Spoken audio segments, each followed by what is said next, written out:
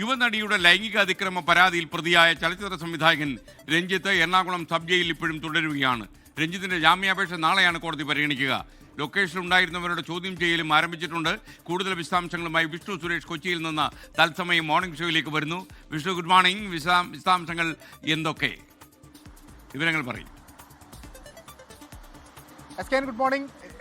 ലൈംഗിക അതിക്രമ കേസുമായി ബന്ധപ്പെട്ട് 2 ദിവസത്തേക്ക് രഞ്ജിത്തിനെ പോലീസ് കസ്റ്റഡിയിൽ വാങ്ങിയിരുന്നു. ആ കസ്റ്റഡി കാലാവധി ഇന്നലെ പൂർത്തിയായി.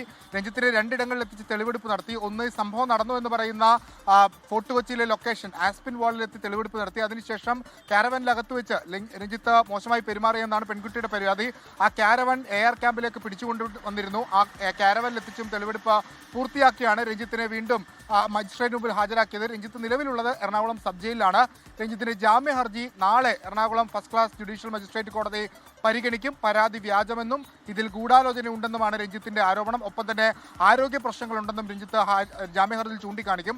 അന്വേഷണത്തോട് പൂർണ്ണമായി സഹകരിക്കും. ആ ഒരു സാഹചര്യത്തിൽ ജാമ്യം അനുവദിക്കണമെന്നുള്ളതാണ് രഞ്ജിത്തിന്റെ നിലപാട്. സാധാരണ 354 കേസുകളിൽ ഇത്ര ധൃതിപ്പെട്ടൊരു അറസ്റ്റ് വേണ്ട, അറസ്റ്റ് നടപടികൾ കൃത്യമായി പാലിച്ചിട്ടില്ല തുടങ്ങിയ കാര്യങ്ങളൊക്കെ രഞ്ജിത്ത് കോടതിയെ അറിയിക്കുമെന്നാണ് മനസ്സിലാക്കുന്നത്. അന്വേഷണം ഒരു വഴിയിൽ വളരെ ശക്തമായി തന്നെ മുന്നോട്ട് പോകുന്നുണ്ട്. ലൊക്കേഷനിൽ ഉണ്ടായിരുന്ന ആളുകളെ ചോദ്യം ചെയ്ത് തുടങ്ങി. കഴിഞ്ഞ ദിവസം കാരവന്റെ ഡ്രൈവറെ ചോദ്യം ചെയ്തിരുന്നു. അയാൾക്ക് പക്ഷേ ഇതുമായി ബന്ധപ്പെട്ട വിവരങ്ങൾ അറിയില്ല എന്നാണ് മൊഴി നൽകിയിട്ടുള്ളത്. ഒപ്പം ഇതിന്റെ ഡിജിറ്റൽ തെളിവുകൾ ശേഖരിക്കാനുള്ള ശ്രമത്തിലേക്ക് അന്വേഷണ സംഘം കടന്നിട്ടുണ്ട്. ഈ കാരവന് പുറത്ത് CCTV ഉണ്ടെങ്കിൽ അതിന്റെ ബാക്കപ്പ് ഫയലുകൾ റിട്രീവ് ചെയ്യാൻ വേണ്ടിയിട്ടും അത് ഫോറൻസിക് പരിശോധനയ്ക്ക് അയക്കാൻ വേണ്ടിയിട്ടുള്ള നടപടിയായിരിക്കും ഇനിയിപ്പോൾ അടുത്തതായി പോലീസിന്റെ ഭാഗത്തുനിന്ന് ഉണ്ടാകുക. രഞ്ജിത്തിനെ ഇനിയിൽ അടുത്തെങ്ങും കസ്റ്റഡിയിൽ വേണ്ട എന്ന നിലപാടും സ്വീകരിച്ചിട്ടുണ്ട്. നാളെ ജാമ്യ ഹർജി പരിഗണിക്കുകയാണെങ്കിൽ നാളെയോ മറ്റന്നാളോ ഒക്കെ കൂടി രഞ്ജിത്ത് പുറത്തേക്ക് ഇറങ്ങാനുള്ള ഒരു സാധ്യതയാണുള്ളത്. SK